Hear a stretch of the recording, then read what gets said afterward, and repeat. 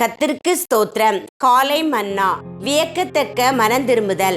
நீ இந்த ஆக்கினைக்கு உட்பட்டவனாயிருந்தும் தேவனுக்கு பயந்திருக்கிறதில்லையா? நாமோ நியாயப்படி தண்டிக்கப்படுகிறோம். நாம் நடப்பித்தவைகளுக்கு தக்க பலனை அடைகிறோம்.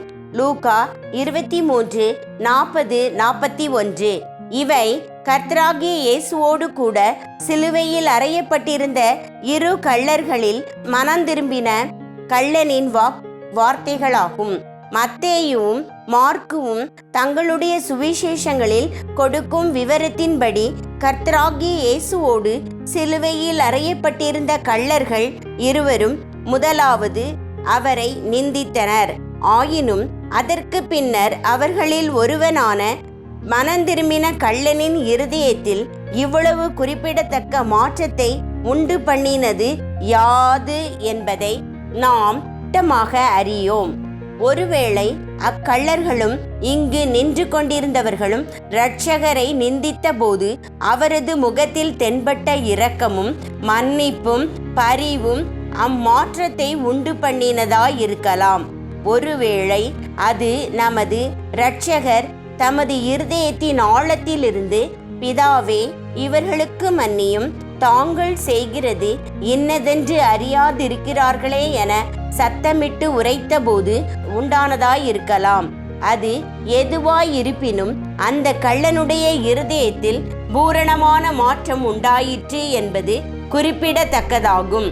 மற்ற கள்ளன் தேவனுக்கு பயப்படாதிருந்ததை குறித்து அவனை கடிந்து கொள்ளும் அளவுக்கு இக்கள்ளன் உண்மையாகவே மனந்திரும்பி தனது பாவங்களை அறிக்கையிட்டான். தான் மரண ஆக்கினைக்குட்படுத்தப்பட்டது ஒரு நியாயமான தண்டனை எனவும் அவன் ஒத்துக்கொண்டான். பின்னர் ஆச்சரியப்படத்தக்க விதத்தில் கிறிஸ்துவின் பாவமற்ற தன்மையும் நித்திய ஜீவனில் தனக்கு இருந்த விசுவாசத்தையும் தேவனுடைய ராஜ்யம் வரப்போவதையும் அவன் அறிக்கையிட்டான். தேவன் தன்னில் ஒரு ஆச்சரியமான கிரியையை நடப்பிக்கும் அளவிற்கு ஒரு நொடி பொழுதுகளில் அக்கள்ளன் தனது இருதயத்தை அவ்வளவுக்கு அதிகமாய் தாழ்த்தினான்.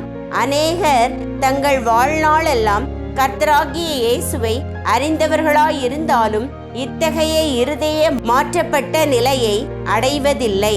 ரட்சிப்பு என்பது நமது பாவங்களை உண்மையாய் அறிக்கையிடுவதினாலும் கர்த்தராகிய இயேசுவே நம்மை ரட்சிக்க வல்லவர் என்பதையும் அங்கீகரிப்பதாலும் உண்டாகும் பலனாகும்.